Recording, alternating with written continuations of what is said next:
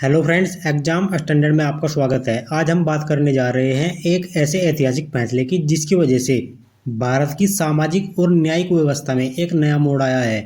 तेलंगाना बना है भारत का पहला ऐसा राज्य जिसने अनुसूचित जातियों का वर्गीकरण लागू कर दिया है। आइए जानते हैं इस फैसले का क्या मतलब है और इसका असर किन लोगों पर पड़ेगा।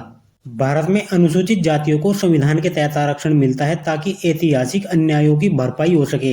लेकिन सच ये है कि एससी वर्ग के अंदर भी कई उपजातियां हैं जिनमें से कुछ को आरक्षण का भरपूर लाभ मिलता है और कुछ अब भी बेहद पीछे हैं। सवाल उठता है, क्या सभी एससी समुदायों को बराबरी से फायदा मिल रहा है? इसी सवाल का जवाब देने के लिए सुप्रीम कोर्ट ने 1 अगस्त 2024 को एक ऐतिहासिक फैसला दिया। एससी एसटी वर्ग के अंदर उप वर्गीकरण यानी सब कैटेगराइजेशन को संवैधानिक मान्यता दी।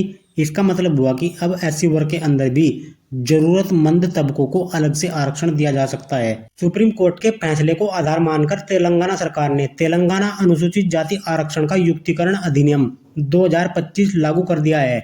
इसको 14 अप्रैल 2025 को यानी बाबा साहेब अम्बेडकर जयंती के दिन इसे अधिसूचित कर दिया गया। तेलंगाना सरकार ने अनुसूचित जाति समुदायों को 3 समूहों में बांटा है। इनमें पहला समूह है, इनमें 15 उपजातियां हैं जिन्हें सबसे पिछड़ा माना गया है। इनका जनसंख्या में हिस्सा सिर्फ 0.5% है, लेकिन इन्हें 1% आरक्षण दिया गया है ताकि उन्हें बेहतर मौके मिल सके। समूह 2 में इसमें 18 उपजातियां हैं जिन्हें सीमित लाभ मिलता था, इन्हें 9% आरक्षण दिया गया है। समूह 3 है, इसमें 26 उपजातियां हैं जो तुलनात्मक रूप से बेहतर स्थिति में हैं, इन्हें 5% आरक्षण मिला है। कुल 59 उपजातियां हैं जिन्हें नए हिसाब से आरक्षण मिलेगा। अब तेलंगाना में अनुसूचित जाति वर्ग के युवाओं को सरकारी नौकरियों में भर्ती वर्गीकरण के आधार पर मिलेगी। जो सबसे पीछे थे अब उन्हें आगे आने के मौके मिलेंगे। हालांकि ये नियम पहले से निकली हुई सरकारी भर्तियों पर लागू नहीं होगा। तेलंगाना सरकार ने यह भी कहा है कि 2026 की जनगणना के बाद अगर आंकड़ों से जरूरत दिखती है तो आरक्षण को और बढ़ा दिया जाएगा। यानी एक गतिशील प्रक्रिया होगी जहां आंकड़ों के आधार पर नीतियां तय होंगी। तेलंगाना सरकार ने वर्गीकरण तो लागू किया, मगर सवाल सरकार की नीयत पर है।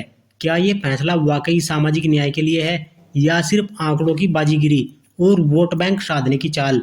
जिन उपजातियों को दशकों तक अनदेखा किया गया उन्हें अब अचानक आरक्षण देना क्या किसी अंतरात्मा की पुकार है या फिर कोई सियासी मजबूरी? अगर न्याय ही उद्देश्य था तो यह कदम पहले क्यों नहीं उठाया गया? सरकारें जब न्याय को चुनावी समय सारणी से जोड़ने लगे तो भरोसा नहीं शक पैदा होता है, कहीं ये वर्गीकरण वोट वर्गीकरण तो नहीं। क्योंकि आरक्षण की सबसे बड़ी जीत तब होगी जब उसका फायदा उस हाथ तक पहुंचेगा जिसने अब तक सिर्फ संविधान को दूर से देखा है, छूने की हिम्मत कभी नहीं कर पाया। तो फ्रेंड्स, यह था तेलंगाना राज्य जिसने अनुसूचित जाति आरक्षण का युक्तिकरण अधिनियम 2025 अपने राज्य में लागू कर दिया है। फ्रेंड्स, आपको यदि यह जानकारी अच्छी लगी है तो इस वीडियो को लाइक करें, शेयर करें एवं एग्जाम स्टैंडर्ड को सब्सक्राइब करना न भूलें। मिलते हैं नेक्स्ट वीडियो में, तब तक के लिए धन्यवाद।